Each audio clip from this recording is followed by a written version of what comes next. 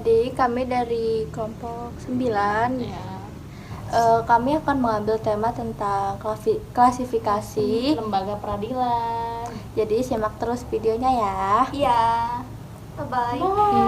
Buat lihat kok muka lu sedih. Kenapa sih Tik kok lu sedih? Ya nih, soalnya sistem peradilan di negara kita, di negara Indonesia ini tuh lagi lemah banget. Jadi kayak mereka tuh adil terhadap orang yang punya kuasa hukum aja. Jadi kayak buat orang yang banyak duit gitu, yang punya kuasa hukumnya tinggi, sedangkan buat orang yang kayak kita cuman rakyat biasa itu nggak sesuai gitu loh. Iya sih, kayak nggak adil banget buat orang-orang kayak kita. Selalu banget dijadiin direndahin juga loh. Hai guys, aduh baru dateng, sorry ya Dari telat. mana aja lo? Iya habis ekskul tadi, jurnal, rapat. Duduk. Oke. Menurut gue sih peradilan di Indonesia emang lemah banget. Maksudnya kayak rentan banget, gak ada keadilan buat rakyat yang menengah ke bawah.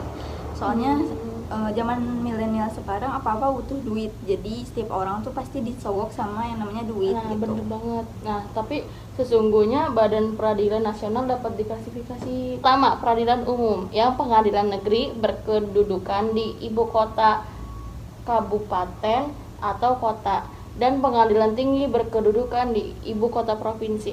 Yang kedua, peradilan agama yang terdiri pengadilan agama yang berkedudukan di ibu kota kabupaten atau kota. Yang kedua, pengadilan tinggi agama yang berkedudukan di ibu kota provinsi.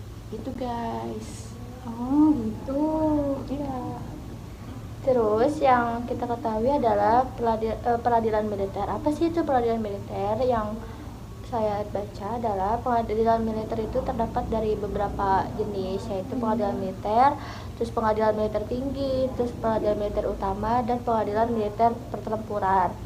Peradilan tata usaha negara yang terdiri itu ada pengadilan tata usaha negara yang berkedudukan di ibu kota kabupaten atau kota, dan pengadilan tinggi usaha negara yang berkedudukan di ibu kota provinsi.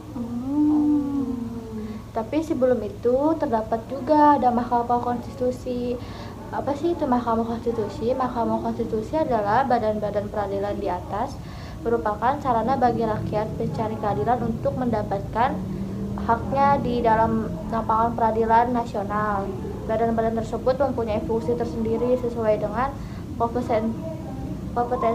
Kompetensi sebuah lembaga peradilan adalah yang kita ketahui adalah kompetensi relatif, yaitu kompetensi yang berkaitan dengan tugas dan wewenang untuk mengadili suatu perkara gitu.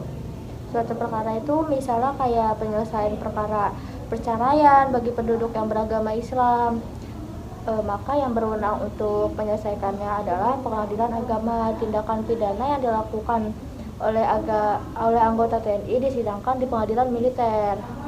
Ada nomor 2 kompetensi, yaitu kompetensi absolut. Kompetensi absolut yang berkaitan dengan wilayah hukum atau wilayah tugas suatu badan peradilan. Misalnya, pengadilan negeri wilayah hukumnya hanya meliputi satu kabupaten atau kota dan hanya berwenang menyidangkan perkara hukum yang terjadi di wilayah hukumnya. Gitu. Peradilan menjadi aspek penting di dalam sistem hukum di Indonesia.